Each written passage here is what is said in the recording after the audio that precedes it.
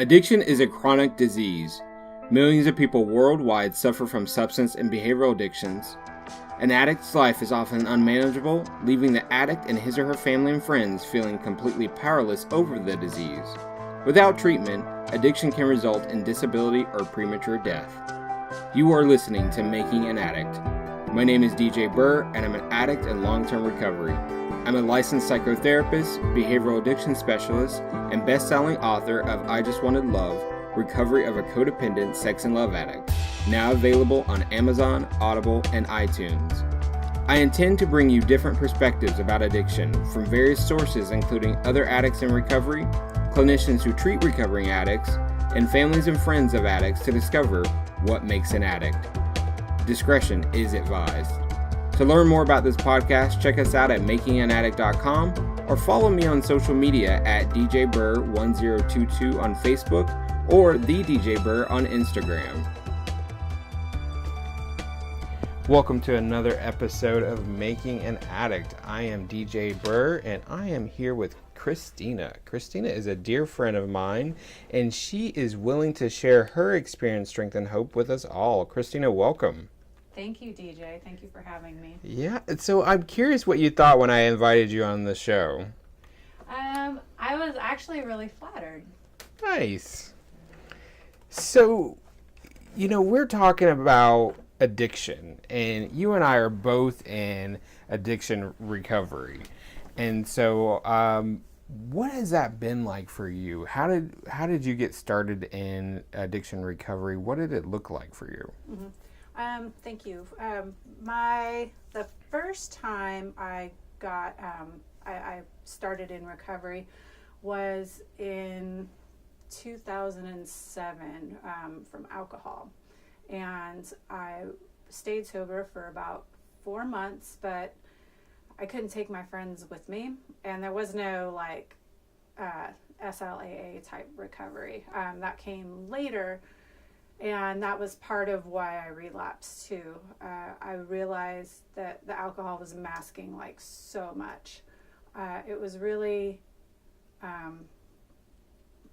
when I took that away, all of my other problems just came glaring to the surface. Like they do. Yeah. About how lonely I was, how the person that I was chasing after didn't really care about me. And I couldn't take my friends with me. All my friends drank too, and so I had this big old fear of missing out.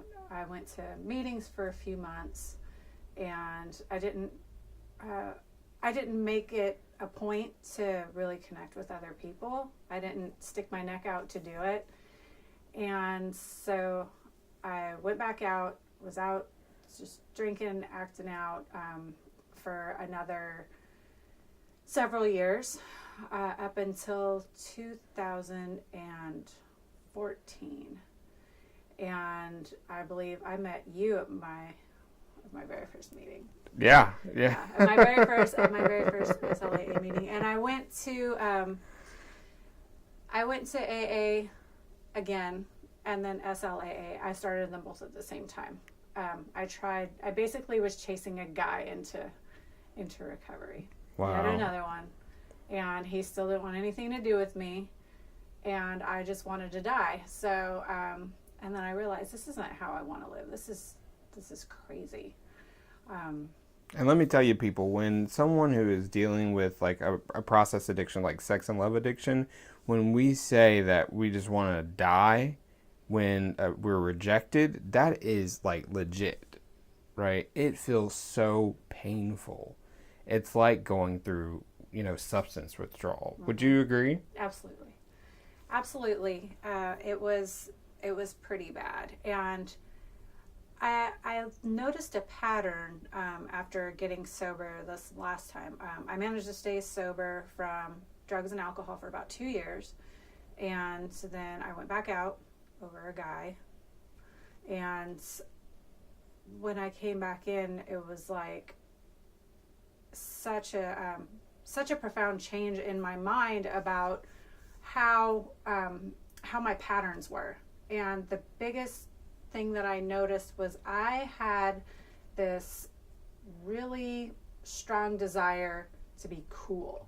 And I didn't think that I was cool enough on my own. Like these people, these guys that I chased after, and who didn't really like me back as much as I wanted them to, they were cool. They were just too cool.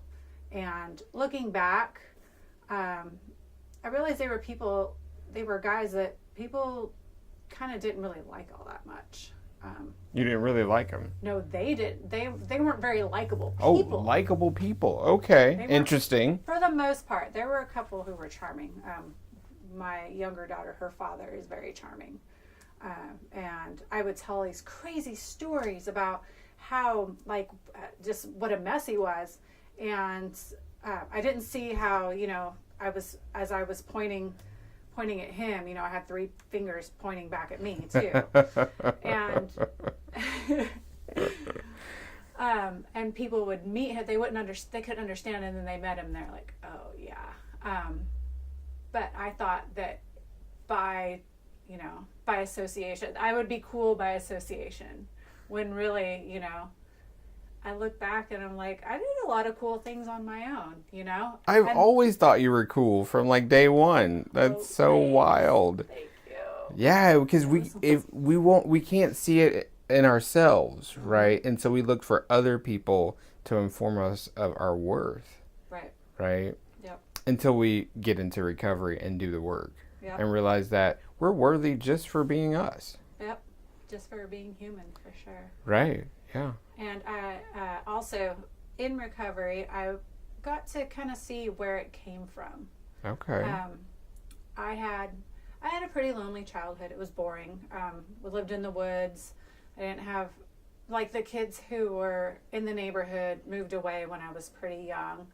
And then I had another neighbor who had a stepdaughter, and my mother would never let me go over there. And then turned out he was somebody who ended up going to prison for several counts of child molestation. Holy shit.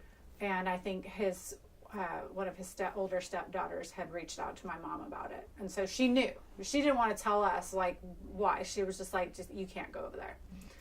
So when I got to go to my friend's house, that was it for me. Like, I loved going over there. And then I also felt like when they were out doing stuff, I was missing out. Like, I always felt like I was missing out on the things that my friends were doing. And so when I got a little older and got my own car and started working and stuff and would stay with friends, that's really when the drinking and acting out took off.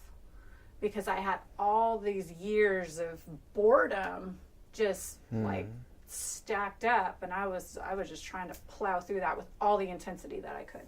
Like maybe it was not going to last? Yeah. Yeah. Yep. Had to soak it all in. Yep. Mm-hmm. Totally. Yeah. I know the feeling. Yep. And I was just like binging on social life. Yeah. On other people, places, and things. Yep. Absolutely. Yeah. And then later, what it looked like was that acting out and drinking and using, I did quit drinking, and between the time I was about 19 till I was 21 and started just using drugs on the weekends. And what that provided for me was a way to be where I was, even though I wasn't being authentic. I wasn't living in the past, and I wasn't anxious about the future. I was just there where I was. Yeah. And that continued until I got to recovery and got sober and realized that, I can do, it takes a few minutes, but I can do for myself what drugs and alcohol and acting out did for me instantly. It just takes time. It just takes time. We have to be patient. Yep.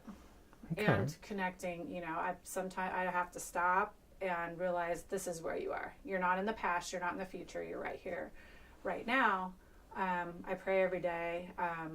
I currently do not have a sponsor, but I did have one for a while. I've asked a couple people. It just hasn't worked out. But I still have been going to meetings and staying close to my programs and staying plugged in with my recovery friends.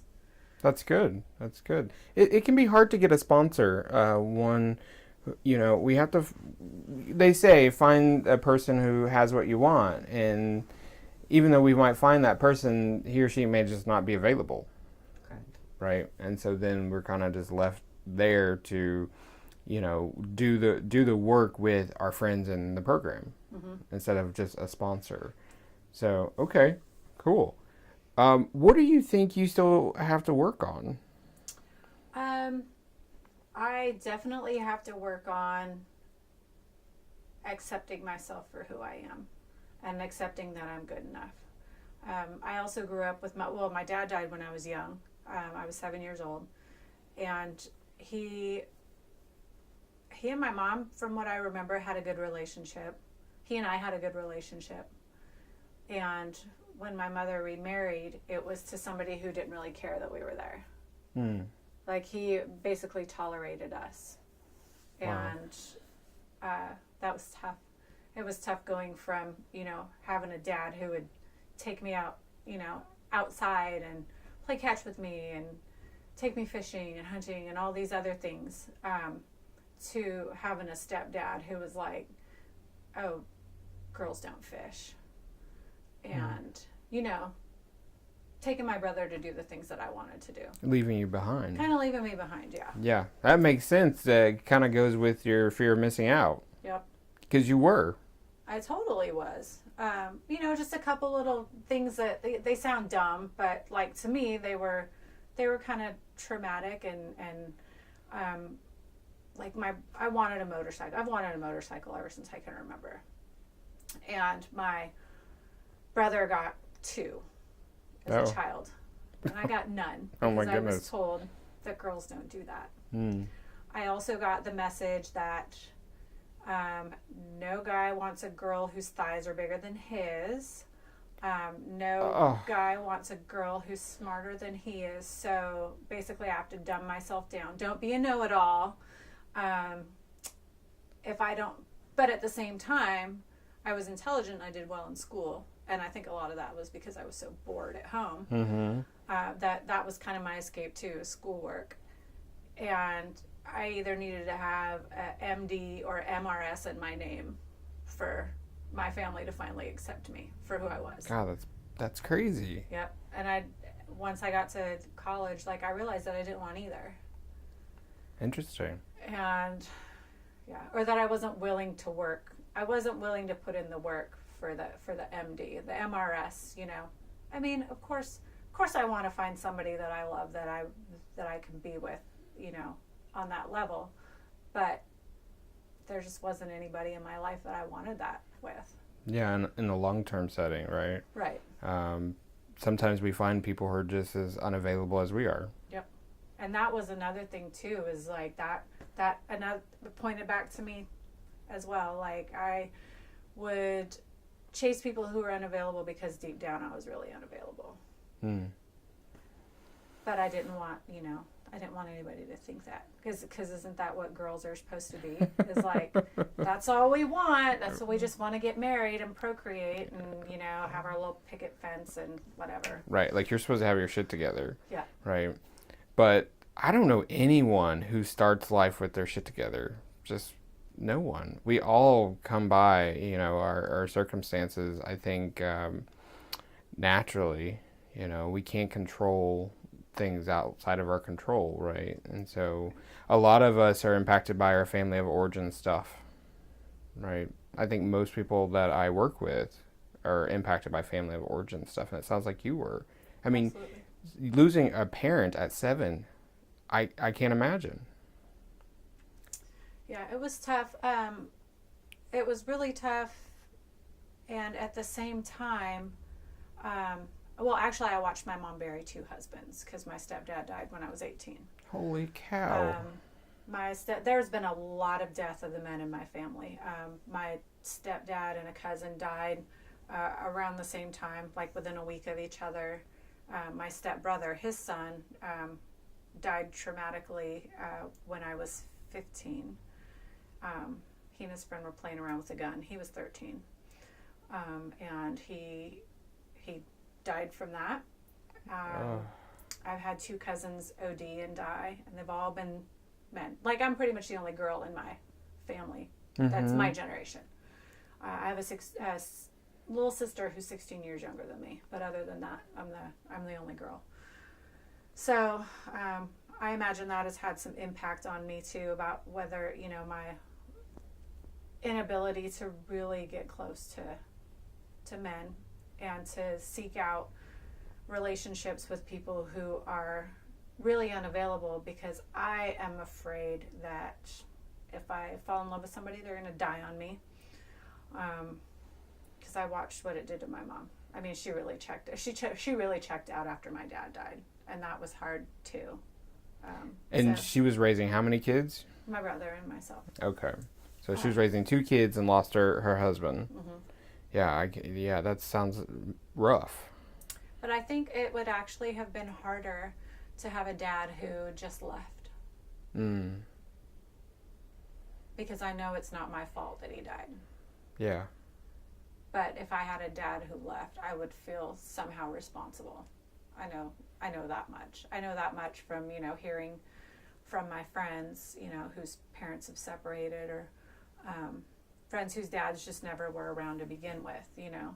They somehow felt like it was their fault. I had that experience. I thought I had done something, you know, and I still have that similar relationship today as an adult with my parents. You know, it's like, so if I don't communicate with them and they don't communicate with me, then I must have done something, right? But the truth is, they have their own stuff. Right. Yep. And that's another thing I learned in recovery, is that nobody thinks about me as much as I do. And one of the more interesting things that happened when I got sober and kind of got past the raw rough patch. I mean, there's always going to be rough patches, but the worst part, like the most emotional intensity that I think I've ever experienced in my life, was the part where I stopped making up stories about what people thought about me. Like people from work, you know, my manager and everything, they'd go outside and I'm like, they're talking about me. They're going to come back in and fire me. And it was always something. It wasn't just them. It was just anytime 2 people were off together and I wasn't there, I thought they were talking about me and plotting against me. Yeah, that's some storytelling. Yeah, it was always a conspiracy. Sometimes it was way more blown out of proportion and dramatic than others. Or if somebody didn't call me back or didn't text me back, I made up this story about what was going on and why they weren't talking to me. You know. And so, what do you think? Where do you think that comes from?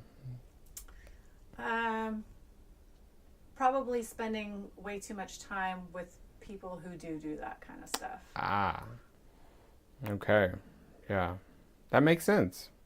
That and my mother was kind of gossipy too. Okay. I grew up in one of those families. Yeah. Mm-hmm. Not as bad as some that I've heard, but yeah. I experienced a lot of two-facedness in my childhood and adolescence. You know, and you know, girls are like that too growing up. You know, that's how we're taught to be. We're not taught to handle our problems the same way boys are, which is directly. Yeah. So we might whisper to her, you know, you might whisper to a friend or you know, talk behind someone's back instead of being direct. Yeah. I get that. I mean, my family, when something was going down, like people were picking up the phone, they were calling, did you hear, kind of deal. Mm-hmm. I got that. I mean, when I came out and said I was gay, I mean, it was like the phones lit up. Yep. Yeah, there was there was an incident with my mom and my sister a couple years ago. I did something that they didn't like, and they were just on the phone clucking with each other, and you know, one of them sends me a message and the other one sends me a message, and I'm like, y'all need to just mind your own business. Right. My sister at the time, I don't think she was a mother yet. She has a 3-year-old now, and I think she gets it. She gets it now. I feel like she's a lot less judgmental than she was before having kids. And my mother never worked. I mean, she worked for a brief period of time when I was a kid, but she really didn't work outside the home. And so I don't, it's like they didn't get it. They didn't get They it. judged me, and I try really hard not to judge them back, but That's challenging. it's challenging. Right? Because some of the things that they have said and done have caused wounds. Absolutely. Right? And so we're left with trying to repair those wounds, and that's where recovery comes in. Yep. Yeah. Picking your own family. Yes, absolutely. I mean, that's probably one of the best things about being in recovery. We get to start fresh. Yep. And sometimes people will work out and sometimes they won't. But I think we'll leave that relationship knowing that it wasn't our fault. Yep.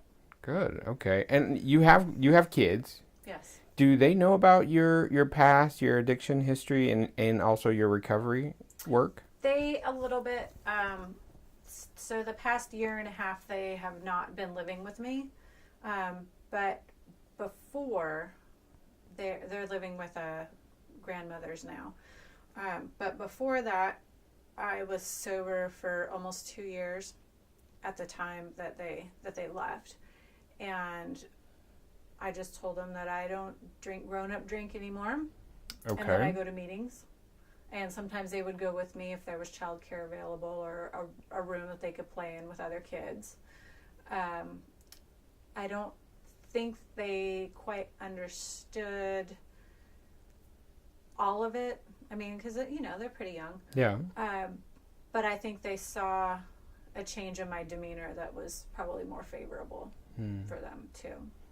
And do you think that at some point when they're older, you'll have that conversation with them, a really direct conversation about life and what your life has been like and why you made the decisions that you had to that impacted them? I try to stay as honest with them as I can now, in a way that they can understand and maybe not take on. I think my older daughter is having a hard time not taking on some of my stress, and I have to be really careful. Because I still have stress in recovery, and that's kind of a boundary that I have to set. As an addict and alcoholic, I have serious boundary issues too that I've had to work on, and that I have to make sure that I don't say too much and do it in a way they can understand. But I try to do it as often as possible. Sure. So almost maybe checking in with them a little bit and Right. sharing what's appropriate. Right, exactly. Yeah, that's a boundary, sharing what's appropriate. Yeah. Yeah, for their age too. And because what's the age difference? They're 5 years apart. Okay. Yeah, that's a big difference when you're a little kid. Yeah, and my 12-year-old is starting to, she's starting to see and hear some things, with her peers. Oh. She's not in the best neighborhood with her grandmother right now. Okay. And the schools kind of reflect that. And, I have some guilt about that too. But you're working on it, I'm right? working on it. Yeah. I'm working on it. We have to work on it every day, right? So what are some of the gifts of recovery that you've received? Some of the promises Okay. that they read at the end of meetings. I guess the biggest one now is like fear of financial insecurity. I'm not financially secure, but I'm not afraid anymore. I have the ability to bring myself back into the present and, be where I'm at, because the alternative is really stressful. I show up for people. My sleep is definitely more stable. Like, I have more regular sleep patterns. That's good. So many things that make me physically healthy, and I do these things consistently, to where I can just be a better person in society and show up for people. That's the main thing. I want to show up for the people who are important to me, and I can do that a lot more now than before, when I bailed a lot because I didn't feel good. I've been up all night chasing after somebody, or Right. being ashamed. Mm-hmm. And would you say that you are now able to be in healthier relationships with men? The relationship I'm in now is a lot healthier than any I've been in the past. I can think of maybe one or two long-term relationships that I was in previously, but as an active alcoholic and addict, and just kind of looking at the grass is greener on the other side and that sort of thing. I wasn't a good partner before, and if I was a good partner, I wasn't choosing good partners. And the relationship I'm in now, I mean, we complement each other really well, and we both recognize that we are sick people, but we work through a lot of things together. We talk about a lot of things that are bothering us, and we go to meetings together, but we have our separate things that we do too. Like, I'm not offended if he doesn't want to go to a meeting or some other activity with me. Right. And he's gotten over being offended and butthurt if I don't go with him. I mean, he still kind of gets a little bummed out if there are certain things I can't go with him too, but it's more endearing now than annoying. Right. And it doesn't sound like, he's dying. No, he's not dying. He's not dying because you can't go, which is good. That's a good sign. And it's like, and he knows that I'll be here when he gets back. That's really important. Yeah. Right. And vice versa. Yeah. That you're gonna come back. You're gonna show up. Yeah. Right. Whereas, we weren't always able to. Right. Right.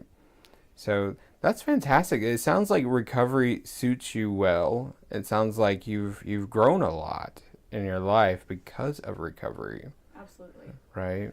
And so what messages can you impart to our audience that about recovery that you think is important for people to know, other than what you've said already?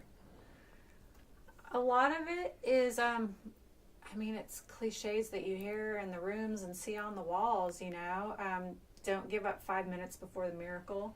Yes. That's a big one, because this too shall pass. Easy does it. I got to remember that one. Yeah, easy does it. Keep it simple. It may not always, it's simple. It may not always be easy, but it's simple. It's just like, and I listen to that little voice now, and I'm more likely to do what it says, Like, to me, that's my higher power. That's my God voice. And it comes from my gut. And I listen to that. It's louder now than the addict voice. Because the addict voice still shows up every day. Oh, absolutely. Like, oh, call that guy. You know who I'm talking about. Right. Call that guy. Or, well, a martini sounds really good right now. I hate that one. Yeah. Oh, yeah, that one's... Mm-hmm. Yeah. And then you think it's just like... And it can snowball. And it can snowball. I'm not even going to go there. I don't want to trigger anybody. Right. So I'm not even going to get started. Yeah. But yeah, that's... And then it passes. I can call somebody, get out of my head. Have to get out of my head. To get out of my own way.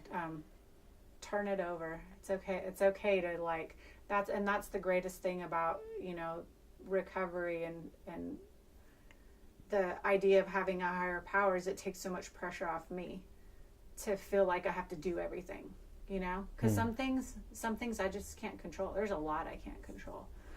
Realizing that I'm powerless, that's a big thing. It doesn't mean that I'm weak. It just means that I don't have control. Which doesn't mean you're weak. Yes, that's one thing I would just remember that you can't control everything.